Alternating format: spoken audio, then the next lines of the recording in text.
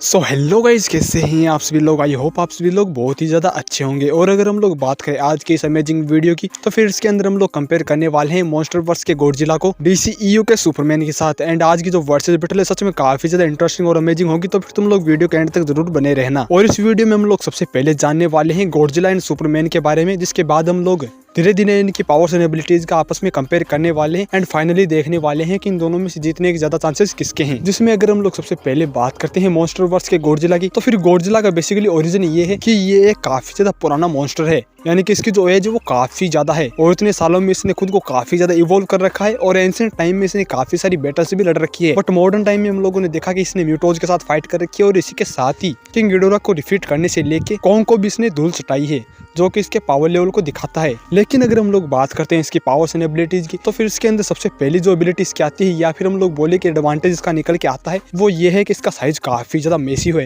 यानी कि इसके पास काफी ज्यादा बड़ा साइज है। और यही बड़ा साइज इसको फाइट में सबसे ज्यादा एडवांटेज भी देता है, बिकॉज बड़े साइज के चलते ही इसके पास सुपर ह्यूमन फिजियोलॉजी भी आ जाती है। गॉडजिला सिर्फ और सिर्फ चलने से ही मास लेवल पर डिस्ट्रक्शन कर सकता है, और सारी आर्मीज मिलकर भी इसको नहीं रोक पाती है। और अगर हम लोग बात करते हैं इसकी एक्स्ट्रा एबिलिटीज की, तो फिर इसके पास सुपर ह्यूमन फिजियोलॉजी तो है ही, जिसके अंदर निकल के आती है super human strength, super human durability, healing और रीजनरेशन। और पानी के अंदर ये कैरेक्टर काफी ज्यादा फास्ट है। और इसी के साथ ही इसके पास एक बहुत ही बड़ी पूंछ है, जिसको ये हथियार के तौर पे यूज कर सकता है। लेकिन अगर हम लोग बात करते हैं इसके सबसे ज्यादा खतरनाक एबिलिटी की, तो फिर वो निकल के आती है एटॉमिक ब्रीथ। और जो ये एटॉमिक ब्रीथ है काफी ज्यादा पावरफुल एनर्जी बीम होती है, जो कि इतनी ज्यादा पावरफुल होती है जिसके जरिए गॉडजिला अर्थ की सरफेस से लेकर होलो अर्थ तक एक बड़ा सा छेद कर पाया था, जो कि इसके पोटेंशियल को दिखाता है। और अपना मॉन्स्टरवर्स का गॉडजिला रेडिएशन पे जिंदा रहता है, और ज्यादा रेडिएशन एब्जॉर्ब करके खुद को और भी ज्यादा पावरफुल बना सकता है, जिसकी हम लोगों ने एक पावरफुल फॉर्म भी देखी है, जिसमें जाने के बाद ये पावरफुल एनर्जी ब्लास्ट भी प्रोड्यूस कर सकता है। और अपने इसी फॉर्म में उसने किंग गिडोरा को भी डिफीट किया था, जो कि काफी ज्यादा ओवर पावर्ड मॉन्स्टर हम लोगों को देखने को मिला था। और अब कुछ लोग सोच रहे होंगे कि ये एक मॉन्स्टर है, ये एक जानवर है,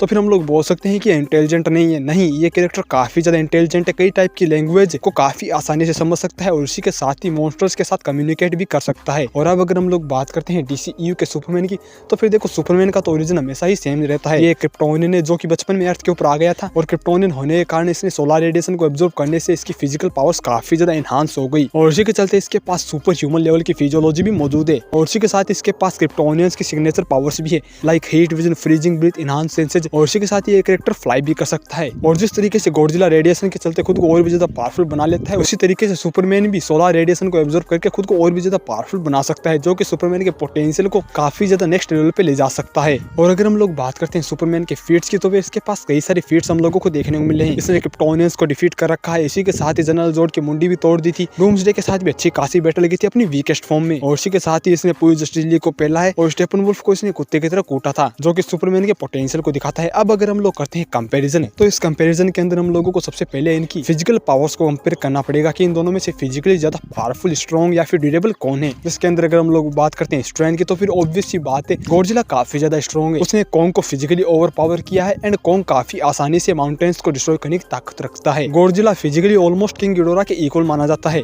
और उसने किंग गिडोरा की गर्दन को भी उखाड़ के रख दिया था। और हम लोग बोल सकते हैं कि उसका इतना बड़ा साइज है, तो फिर ये काफी आसानी से टाउन लेवल के अटैक्स प्रोड्यूस कर सकता है। और इसी लेवल पे हम लोगों ने इनके अटैक्स को देखा है।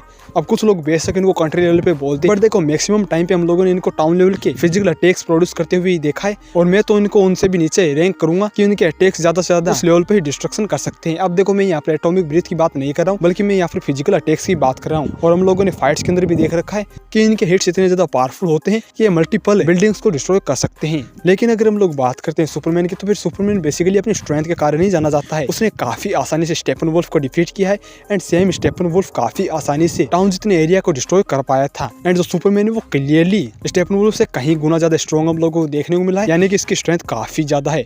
इनके अलावा इसने क्रिप्टोनियंस को डिफीट कर रखा है, और एंटायर जस्टिस लीग को भी डिफीट किया है। लेकिन इसका असली पोटेंशियल हम लोगों को देखने को मिला जहां पर इसने मदर बॉक्सेज को सेपरेट किया, जो कि काफी ज्यादा बड़ी फीट है।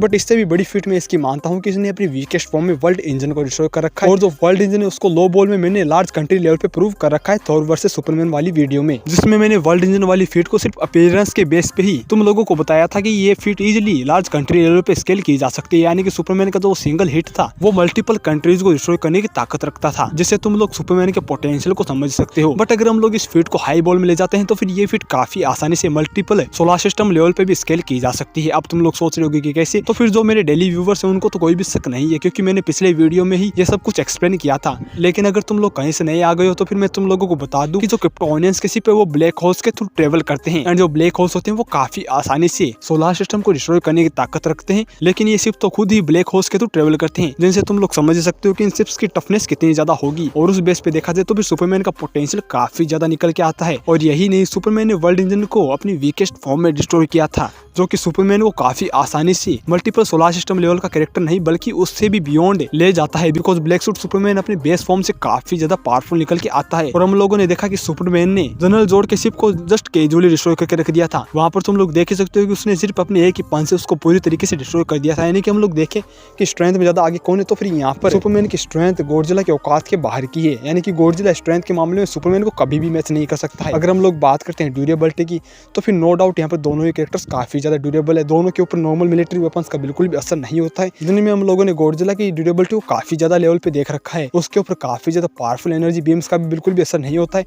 उसने पावरफुल मॉन्स्टर्स के अटैक्स को भी खा रखा है, जो कि गॉडजिला के पोटेंशियल को दिखाता है। इवन उसने ऑक्सीजन डिस्ट्रॉयर को भी सहन कर रखा है। अब आई नो बहुत से लोग बोलेंगे कि ये जो ऑक्सीजन डिस्ट्रॉयर है इसको न्यूक्लियर बॉम्ब के ही इक्वल माना जाता है, तो फिर उस बेस पे ये फिर तो कुछ भी नहीं है। तो फिर मैं तुम लोगों को बता दूं कि डिस्ट्रक्शन के मामले में ये वाला बॉम्ब बेशक न्यूक्लियर बॉम्ब के लेवल का हो, बट अगर तुम लोग इसको थोड़ा लॉजिकली देखोगे तो फिर ये फिट काफी ज्यादा बड़ी है और इसको तुम लोग ड्यूरेबिलिटी की कैटेगरी में कभी भी ऐड नहीं कर सकती हो। अब वो कैसे, तो फिर मैं तुम लोगों को बता देता हूँ। तो फिर इस मूवी के अंदर आर्मी वालों ने पहले से ही क्लियर कर दिया था कि ये जो बॉम्ब है ये हर टाइप के अर्थली बीइंग को डिफीट कर सकता है, यानी कि उनको डिस्ट्रॉय कर सकता है। जो भी बीइंग अर्थ पे पैदा हुए हैं उनको ये वाला बॉम्ब डिस्ट्रॉय कर देगा। और हम सभी को ही पता है कि जो गॉडजिला है वो भी एक अर्थली बीइंग है, और जो ये वाला बॉम्ब है ये किसी भी अर्थली बीइंग के लाइफ सपोर्ट को पूरी तरीके से बंद कर देता है, यानी कि किसी भी तरीके से उस कैरेक्टर के सर्वाइव करने के चांसेस बचते ही नहीं है। और इसीलिए हम लोग देख ही चुके हैं कि वहाँ पर गॉडजिला ऑलमोस्ट मरने की कगार पे चला गया था, वहीं पे किंग गिडोरा को कुछ भी नहीं हुआ था। अब अगर ये वाला बॉम्ब सिर्फ और सिर्फ फिजिकल अटैक्स करता तो फिर उस बेस पे तो हम लोग बोल सकते हैं कि किंग गिडोरा के ऊपर काफी ज्यादा इसका नेगेटिव इंपैक्ट पड़ता, लेकिन वहाँ पर उसको कुछ नहीं हुआ। लेकिन गॉडजिला की हालत बुरी तरीके से खराब हो गई थी, यानी कि इस बॉम्ब को हम लोग कभी भी गॉडजिला की ड्यूरेबिलिटी के साथ कंपेयर कर ही नहीं सकते हैं। बट आई नो अब बहुत से लोग बोल रहे होंगे कि फिर गॉडजिला की ड्यूरेबिलिटी किस लेवल पे होगी। तो फिर देखो टेक्निकली देखा जाए तो फिर गॉडजिला की रियल ड्यूरेबिलिटी हम लोगों ने अभी तक नहीं देखी। इसने न्यूक्लियर बॉम्ब्स को भी सर्वाइव कर रखा है एंड पावरफुल से पावरफुल अटैक्स को सर्वाइव कर रखा है। तो फिर उस बेस पे गॉडजिला की ड्यूरेबिलिटी तो काफी ज्यादा हाई है। और अगर हम लोग बात करते हैं सुपरमैन की ड्यूरेबिलिटी की, तो फिर ये कैरेक्टर भी काफी ज्यादा ड्यूरेबल है। हम लोगों ने इसके नॉर्मल फॉर्म में इसको बिल्कुल भी इंजर्ड नहीं देखा है, जो कि इसके पोटेंशियल को दिखाता है। और इसने क्रिप्टोनियंस के शिप को डिस्ट्रॉय कर रखा है। और अगर तुम लोगों के पास कॉमन सेंस है तो फिर तुम लोगों को पता होना चाहिए कि अगर हम लोग किसी भी चीज को डिस्ट्रॉय करते हैं तो भी सेम इंपैक्ट हम लोगों पे भी पड़ता है। तो फिर उस बेस पे देखा जाए तो फिर हम लोग सुपरमैन की ड्यूरेबिलिटी को मल्टीपल सोलर सिस्टम लेवल पे भी स्केल कर सकते हैं। अब आई नो बहुत से लोग बोलेंगे कि सुपरमैन तो न्यूक्लियर बॉम्ब से भी मर गया था। तो फिर मैं तुम लोगों को बता दूं कि उस वक्त ये कैरेक्टर अपनी वीकेस्ट फॉर्म में था, और उस फॉर्म में तो इसके ऊपर बैटमैन के अटैक्स का भी फर्क पड़ रहा था। इवन जो डूम्सडे है वो भी उसको बिल्डिंग के मलबों से काफी आसानी से डिफीट कर पा रहा था। बट वहीं जो सेम सुपरमैन है वो मैन ऑफ स्टील के अंदर भी मल्टीपल बिल्डिंग्स को डिस्ट्रॉय कर देता, बट फिर भी उसको एक सिंगल स्क्रैच भी नहीं आता है, जो कि शो करता है कि सुपरमैन काफी ज्यादा ड्यूरेबल कैरेक्टर निकल के आता है। और जिन भी लोगों को लगता है कि सुपरमैन सिर्फ न्यूक्लियर बॉम्ब कोई सर्वाइव करने वाली ड्यूरेबिलिटी रखता है, तो फिर तुम लोग यहाँ पर पूरी तरीके से गलत हो। यानी कि यहाँ पर ड्यूरेबिलिटी के मामले में देखें तो फिर potential wise I think Superman ज्यादा ड्यूरेबल निकल के आता है। बट हम लोगों ने अभी तक गॉडजिला की रियल ड्यूरेबिलिटी नहीं देखी है। बट आई थिंक हम लोगों को यहाँ पर सुपरमैन को ही ज्यादा ड्यूरेबल कंसिडर करना चाहिए। आगे अगर हम लोग बात करें स्पीड की, तो फिर यहाँ पर क्लियरली सुपरमैन काफी ज्यादा फास्ट निकल के आता है गॉडजिला से। इवन स्पीड के मामले में गॉडजिला कुछ भी नहीं है सुपरमैन के आगे। इवन इस फाइट के अंदर गॉडजिला सुपरमैन को टच भी कर ले, ये सच में बहुत ही ज्यादा बड़ी बात है गॉडजिला के लिए। आगे अगर हम लोग बात करते हैं स्टेमिना की, तो फिर दोनों का स्टेमिना काफी ज्यादा कमाल का है। अगर हम लोग बात करते हैं एक्स्ट्रा एबिलिटीज तो फिर दोनों के पास ही एनर्जी प्रोजेक्शन है, जहां पर सुपरमैन के पास है हीट विजन, वहीं गॉडजिला के पास है एटॉमिक ब्रीथ। और एटॉमिक ब्रीथ के चलते उसने होलो अर्थ तक छेद कर दिया था, वहीं सुपरमैन ने काफी आसानी से क्रिप्टोनियंस के शिप को चीर दिया था। एंड जो सेम शिप्स है वो काफी आसानी से ब्लैक होल्स के थ्रू ट्रेवल कर सकते हैं, जिनसे तुम लोग सुपरमैन के हीट विजन का लेवल समझ सकते हो। देन सुपरमैन के पास फ्रीजिंग ब्रीथ है, इनहांस सेंसेज, देन ये कैरेक्टर फ्लाई भी कर सकता है। यानी कि यहाँ पर एबिलिटीज के मामले में सुपरमैन को थोड़ा एडवांटेज निकल के आता है। बट वहीं गॉडजिला के पास भी रेडिएशंस को एब्जॉर्ब करने की पावर है, और अपनी फाइनल फॉर्म में तो वो काफी ज्यादा पावरफुल स्ट्राइक्स भी कर सकता है, जो कि गॉडजिला को भी यहाँ पर एक अपर हैंड देता है। और अगर हम लोग बात करते हैं एक्सपीरियंस की, तो फिर बेशक गॉडजिला के पास एक्सपीरियंस हो, बट यहाँ पर ज्यादा इंटेलिजेंट तो सुपरमैन ही कंसिडर किया जाएगा। यानी कि यहाँ पर दोनों ही कैरेक्टर्स अपनी अपनी जगह काफी ज्यादा पावरफुल है। बट इन दोनों की फाइट के अंदर जीतेगा कौन है, बिकॉज सुपरमैन के फिट्स काफी ज्यादा ओपी है। हम लोगों ने देख रखा है कि गॉडजिला को कॉन्ग के अटैक से भी फर्क पड़ रहा था, इवन कॉन्ग भी उसको अच्छी खासी टक्कर दे रहा था, और जो मिलिट्री वेपन से वो कॉन्ग के ऊपर असर करते हैं। वही जो सुपरमैन का लेवल है वो मैंने तुम लोगों को एक्सप्लेन कर दिया है, और उस बेस पे देखा जाए तो फिर सुपरमैन काफी आसानी से गॉडजिला को डिफीट कर सकता है। अब आई नो वो बात अलग है कि सुपरमैन खुद को काफी ज्यादा होल्ड बैक करता है, एवं अपने रियल पोटेंशियल को भी यूज नहीं करता है। उस बेस पे देखा जाए तो फिर वो यहाँ पर गॉडजिला के ऊपर स्टार्टिंग में इतना ज्यादा पावरफुल अटैक्स बेशक ना करे, बट अगर वो फाइनली अपना रियल पोटेंशियल यूज करता है तो फिर वो डेफिनेटली गॉडजिला को वन शॉट करके रख देगा। यानी कि इस फाइट के अंदर गॉडजिला के जीतने के बिल्कुल भी चांसेस नहीं है। अगर हम लोग बात करते हैं गॉडजिला की पावरफुल स्ट्राइक्स की या फिर उसके एटॉमिक ब्रीथ की, तो फिर मुझे नहीं लगता कि वो सुपरमैन को टच भी कर पाएंगे, बिकॉज सुपरमैन काफी ज्यादा फास्ट है, और अगर उसको लग भी जाता है तो फिर मुझे नहीं लगता कि उसको ज्यादा कुछ भी फर्क पड़ेगा, बिकॉज सुपरमैन काफी ज्यादा ड्यूरेबल कैरेक्टर निकल के आता है। तो फिर उस बेस पे वो काफी आसानी से इनको सर्वाइव कर लेगा। यानी कि इस फाइट के अंदर सुपरमैन काफी आसानी से गॉडजिला को डिफीट कर देगा। और ये वाला ओपिनियन सिर्फ और सिर्फ मेरा है, तुम लोगों का ओपिनियन मुझसे अलग भी हो सकता है, तो फिर तुम लोग मुझे कमेंट्स के अंदर बता दो, और तुम लोगों को वैसा क्यों लगता है तुम लोग वो भी मुझे कमेंट्स के अंदर बता दो। और अभी के लिए मैं बस इतना ही बोलूंगा कि अगर तुम लोगों को आज की ये वाली वीडियो पसंद आई है तो फिर वीडियो को लाइक एंड चैनल को सब्सक्राइब करना तुम लोगों का काम है। बट अभी के लिए आज के इस अमेजिंग वीडियो में बस इतना ही। मैं मिलूंगा तुम लोगों को एक और अमेजिंग वीडियो के साथ। अभी के लिए टाटा बाय बाय।